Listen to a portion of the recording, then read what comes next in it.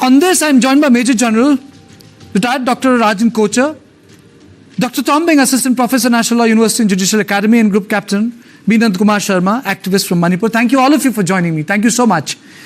Today, Biren Singh has come out with a statement. Mr. Sharma, first to you. He very categorically said, I apologize, I'm sorry, let's move ahead. Your opening comments.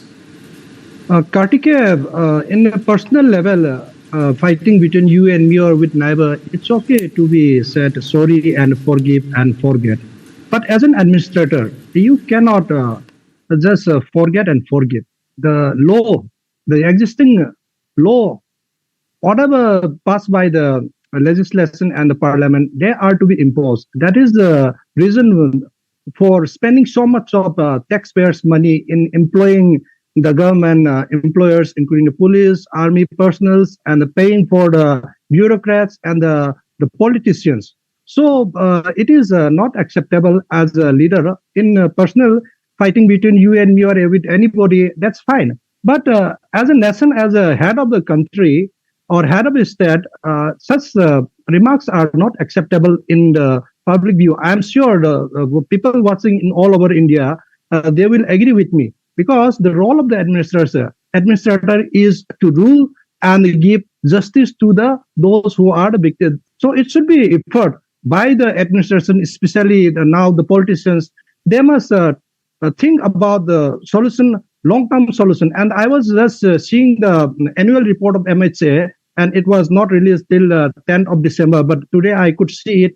And by seeing it, I don't see any solution to be brought during for the Manipur, because the arms and ammunition floating around with various arms groups are they are playing crucial role in bringing the peace in Manipur. However, the suspension operation is still intact, and still 121 crore has been given to these militant groups for supporting them. So with this type of support, financial support from the government, and the suspension operation still in action, it will be very difficult to bring the peace. And also, I disagree with the statement of the CM Manipur, N. Biren Singh, saying that his apology and forgive and forget. The culprits and the perpetrators, they must be punished. Whoever is from any community or any ethnicity. I am not saying you punish only the Kuki community. I'm not the spokesperson. I'm not a spokesperson, but I think the context in which he was speaking wasn't not in terms of legality. It was in context of reconciliation, if I get it right, because what goes to the police station is an FIR.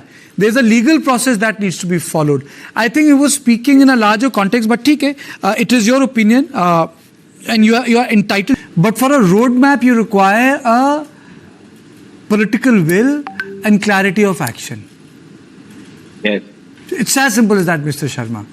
And it requires a clear messaging that it is taking place. Do you think that messaging exists in Manipur, that something is being done to ensure dialogue between the communities? I think that is the proof of the pudding. Isn't that so, Mr. Sharma? Kartikeya, you are right if you see from the outside, but the problem still exists, and you know it's going to be more than about 600 days in a few more days.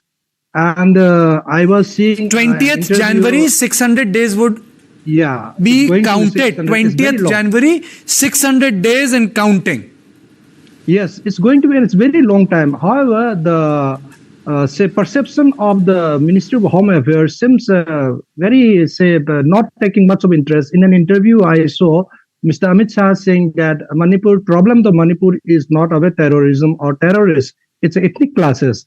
I disagree with this because if it is an ethnic classes, there should be limited arms and weapons.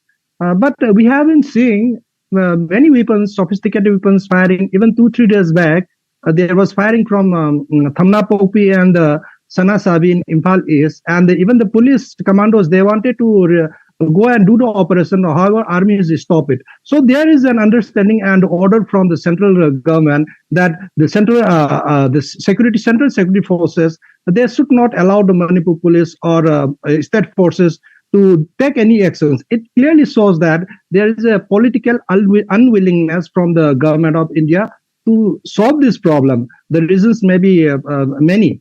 And also, still, as I said, in the annual report, you can see it's out and it's somewhere in Annex 4 and Annex 3 gives the list of the budgets and the list of the UAPA banned arms organization, and all the arms banned organization, they belong to Meitei community. None of the arms groups are banned under UAPA.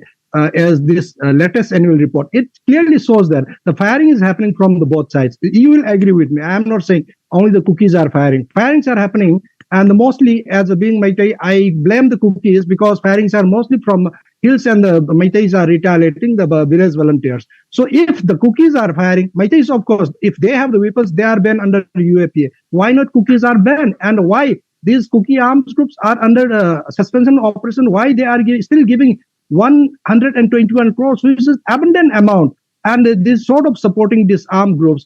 So as long as government is having such type of policy, and if they are not thinking as a terrorist or terrorist act, it cannot be solved. And we should, as we are preaching, our leaders, politicians, they are preaching the world zero terrorism and say act against the terrorist definition of terrorism. We all this have, and they must act, and this will bring to an end. The people, the common people. Even the government is in a tough spot. Earlier people said that the government should act. When the government acted, put ASPA in the valley areas, the entire agitation started taking place in the valley. I must tell you here, the firings are from hillside. Why? When the firings are from hillside, why? Mr. Sharma, I got your point. Allow me to take this question to Mr. Tombing. You made your point.